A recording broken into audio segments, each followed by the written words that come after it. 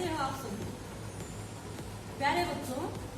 आज मैं resource teacher Ravika from GP plus model town Sonipat. आज मैं आपके सामने एक रीडिंग स्किल का टॉपिक लेकर आई हूँ। प्यारे बच्चों, जो रीडिंग स्किल है, जो हमारे नॉर्मल बच्चे हैं वो आसानी से कर लेते हैं, लेकिन मेन प्रॉब्लम हमारे जो दिव्यांग बच्चे हैं उनमें ये प्रॉब्लम मिलती है। चाहे किसी भी डिसेबिलिटी का बच्चा हो, उनमें रीडिंग कम इम्प्रूव हुई मिलती है। इसलिए कुछ ऐसे पॉइंट्स हैं, टिप्स हैं, जिनको हम ध्यान में रखकर इन दिव्यांग बच्चों की रीडिंग स्किल्स को हम इम्प्रूव कर सकते हैं। तो चलिए हम अपने रीडिंग स्किल को कैसे इम्प्रूव कर सकते हैं। प्यारे बच्चों, उम्मीद है फर्स्ट और सेकंड क्लास से लेकर जो हमारे अल्फाबेट है, अल्फाबेट जो हमारे इंग्लिश के हों A to Z, या फिर हमारे अल्फाबेट हिंदी के हैं ऐसे एप्पल, जो हमारे अल्फाबेट है ये हमें सभी को पता होंगे। और इसके साथ हिंदी में जो हमारी मात्राएं हैं उनका भी फर्स्ट से सेकंड क्लास तक हमें ज्ञान हो चुका होता है। लेकिन इन बच्चों के साथ, जो हमारे दिव्यांग बच्चे हैं, उनके साथ हमें थोड़ी सी दिक्कत आती है। तो उनको हमें पहले हिंदी के अल्फाबेट और इंग्लिश के जो अल्फाबेट हैं उनका कंसेप्ट क्लियर कराना हमारे लिए बहुत ही जरूरी है। और साथ ही साथ हमारे मात्राओं का भी ज्ञान जरूरी है। तो हम रीडिंग स्किल में हम सबसे पहले क्या करेंगे? सबसे पहले जब बच्चा पैदा होता है क्या करता है? क्राइम करता है, चिल्लाता है। वो क्या है? सबसे पहले हमारे रीडिंग स्किल को डेवलपमेंट करने के लिए हमें क्या है? सुनना। उसके बाद फिर है हमारा बच्चा पहले क्या है? आवाज को सुनेगा। उसके बाद वो क्या करेगा? बोलना। उसके बाद जो है बच्चा बोलना शुरू करता है। जैसे हम अब प्रोनाउंसिएशन करते हैं वैसे ही बच्चा बोलता है। तो पहले जैसे ही वो वर्ड, चाहे फर्स्ट वर्ड है, चाहे कितने वर्ड है, चाहे अल्फाबेटिक है, इंग्लिश के या हिंदी के, जैसे ही हम उसको सुनते हैं हम वैसे ही उसकी प्रोनाउंसिएशन करते हैं, वैसे ही हम उसको बोलते हैं। उसके बाद आता है हमारा पढ़ना। सुनना, जो बच्चे ने वर्ड सुने वो सुने, उसके बाद उसने उसको रिपीट किया, बोला। उसके बाद क्या है? उसने पढ़ना। फिर उसने क्या है?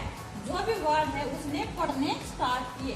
तो हमारा सुनना, बोलना और ये हमारा पढ़ना है। लास्ट में हम क्या करते हैं? लिखना। बच्चा लास्ट में लिखना सीखता है। तो सुनना, नॉर्मल बच्चे सारे जो हैं इस कंसेप्ट को आसानी से कर सकते हैं, लेकिन जो हमारे HI और SI बच्चे हैं, HI में जो है हमारी सुनने की प्रॉब्लम होती है, वो बच्चे सुन नहीं पाते। SI में क्या है? हमारे जो बच्चे स्पीच इम्पेयरमेंट होते हैं वो बोल नहीं पाते, बोलते हैं या फिर उनमें जो है प्रॉपर साउंड नहीं निकल पाती है। तो ये दिक्कत सुनने और बोलने की जो है हमारे HI और SI जो बच्चे हैं उनमें होती है। लेकिन उन बच्चों में पढ़ना और लिखना, मतलब जो मैंने अब यहाँ ब्लैक बोर्ड पे लिखा है, जो HI और SI बच्चे हैं वो देख कर कॉपी आसानी से कर सकते हैं।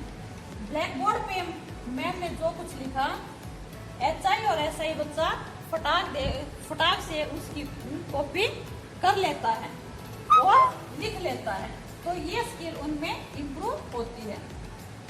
तो पहले बच्चा जो भी हम सुन करते हैं, तो हम सबसे पहले जो हमारे दिव्यांग बच्चे हैं उनको हम पहले क्या करेंगे, इस पे हम एक कंसल्टेशन करेंगे। हम इन दिव्यांग बच्चों को सब बिठाने की जो ध्यान केंद्रित करने के लिए, चाहे बच्चा हम उस बच्चे को रीड करवा रहे हैं, हम रीडिंग स्किल को इम्प्रूव कर रहे हैं, तो हम उसको चाहे 5 मिनट की रीडिंग करवाएं, लेकिन उसका बैठना जरूरी है 5 मिनट के लिए। उसके लिए हम क्या करेंगे, पहले जो है उसको सुनना, जो भी हम वर्ड बोल रहे हैं उसको पढ़ना हम सिखा रहे हैं, उसको ध्यान से सुनना, फिर वो हमारे पीछे पीछे उसको प्रोनाउंसिएशन करना, बोलना, फिर उसको खुद पढ़ने के लिए अब 2 अक्षर का है तो इसको पढ़ के दिखाओ, और फिर लास्ट में क्या हम उसको राइट करवाते हैं, हम लिखवाते हैं। जैसे अब एक ही हिंदी की कॉपी आपकी, इसमें हम क्या करेंगे, जैसे बच्चा मान लीजिए बच्चे को मात्रा का ज्ञान है और हिंदी और इंग्लिश के अल्फाबेट की नॉलेज है, हम ये उम्मीद करके चलते हैं। तो इसके लिए हम 2 अक्षर से उठाते हैं, जैसे क और ल, ठीक है। इसको पता, बच्चे को पता है ये हमारा क्या है, इसको कंसेप्ट क्लियर है क का और ल का, क ल। हम इकट्ठा उसको ज्वाइन करवाते हैं तो क्या हमारा बन जाता है बेटा, क प्लस में ल, क प्लस नहीं बोलना हमें, बीच में हमें इस दोनों को इकट्ठा बोलना है। क और ल को हमने इकट्ठा किया तो हम क्या अपना कल, ठीक है। अगर हम इसी में मात्रा लगा देते हैं, जैसे मात्रा का ज्ञान है बच्चों को, कल हमारा आने वाला कल भी होता है और जो हमारा बीत गया है वो भी कल होता है, ठीक है। अब जैसे हम इसमें आ की मात्रा ही लगा लेते हैं, क, ये हमारी आ की मात्रा ल, तो क्या हुआ, क, ये क्या हमारी आ की मात्रा, क, हम आ की मात्रा लिख, क इसको हम क्या बोलेंगे आ ल, क्या बना हमारा काल। देखिए इसका मीनिंग ही चेंज हो गया, कल था, हमने इसमें सिर्फ क्या ऐड किया है, आ की मात्रा, क आ ल, क्या बना हमारा काल। काल मतलब हमारा समय। हम इसी में और देख लीजिए, क प्लस ये हमारी आ की मात्रा प्लस ये हमारी ल और प्लस ये, फिर हमने एक और ऐड कर दी आ की मात्रा, तो ये क्या हुआ हमारा, हम ऐड करेंगे इसको, बोलो क आ ल आ, क्या बना ये हमारा काला।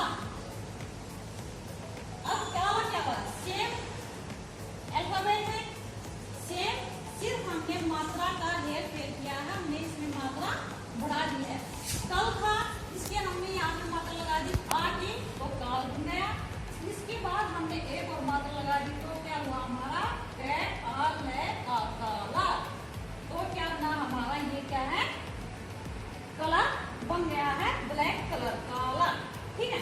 इसी तरह हम कितने भी 2 वर्ड का, 3 वर्ड का, 4 वर्ड का है, हम अपने बच्चों में इम्प्रूव कर सकते हैं। कौन सी, रीडिंग स्किल को।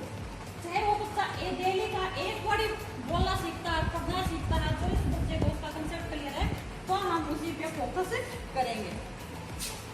अब ऐसे ही जिसमें इसमें देखिए, जैसे ये देखिए, इसमें क्या है, मिलना और मिलाना, सेम मैं का कंसेप्ट क्लियर है बच्चे को। और ये हमारी क्या है, ई की छोटी की मात्रा, तो मी, उसकी साउंड हम जैसे बोलेंगे मी, मी अलग साउंड आएगी इसमें।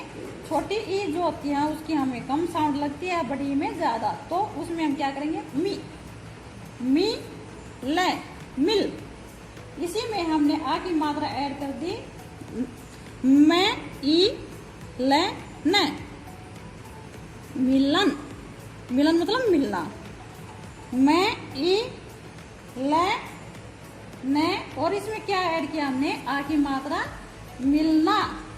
तो हम ऐसे ही सेम एक वर्ड को, दो वर्ड को ऐसे उठा के हम बच्चों में अपनी हिंदी की जैसे गए, और इसमें क्या हमारी आ की मात्रा, गए, आ, गा। ये एक छोटी सी वर्कशीट है जो हम कर सकते हैं, अपने बच्चों को घर में रीड करवा सकते हैं। छोटी सी पोएम है, हम वो भी बच्चों को 2 अक्षर का, 3 अक्षर का, 4 अक्षर का हम रीडिंग करवा सकते हैं। सेम प्रोसेस हमारा जो है इंग्लिश का है।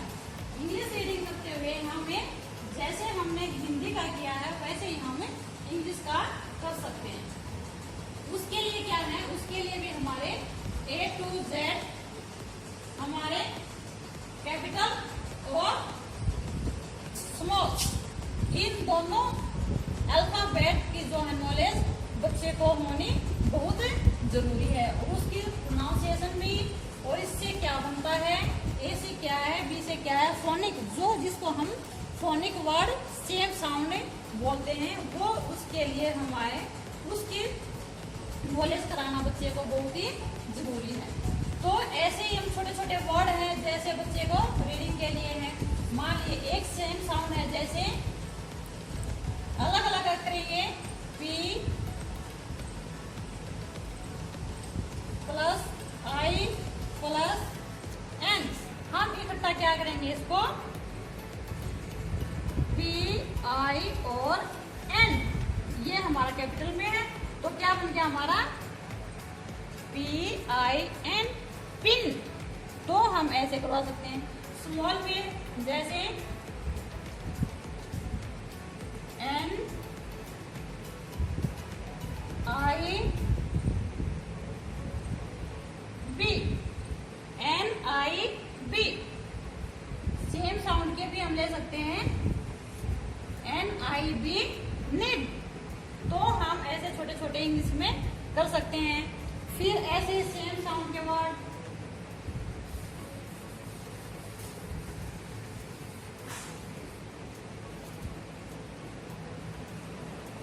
Red, RAT red, CAT cat, PAT pat, same sound. फिर ऐसे ही HOT hot, POT pot, DOT dot. तो हम ऐसे छोटे छोटे वर्ड, जोनी जोनी, यस पापा, ऐसे हम उसकी प्रोनाउंसिएशन को भी ये छोटी छोटी पोएम सुनाकर हम उसको इम्प्रूव कर सकते हैं। और सबसे बड़ी बात यह है, जब भी हम इन तरह के बच्चों को रीडिंग स्किल्स सिखाते हैं, चाहे राइटिंग स्किल्स सिखाते हैं, उसका जो है ध्यान केंद्रित करके, चाहे वो 5 मिनट की रीडिंग करता है तो वो 5 मिनट ही उसके लिए सफिशिएंट है।